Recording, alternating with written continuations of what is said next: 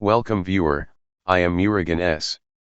This video tutorial describes how to fix Winsock error 10061 in Windows 11, 10, 8, 7. Open Control Panel in Windows search bar, click Control Panel.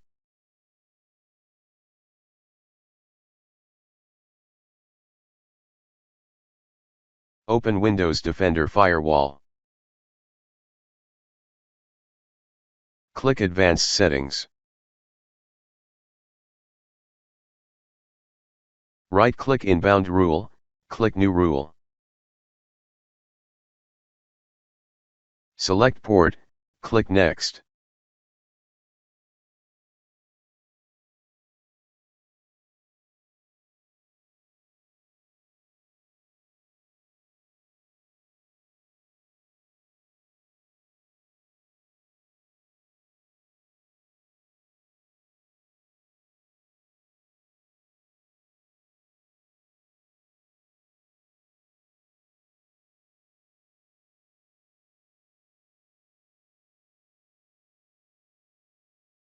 I hope this video tutorial helps to you.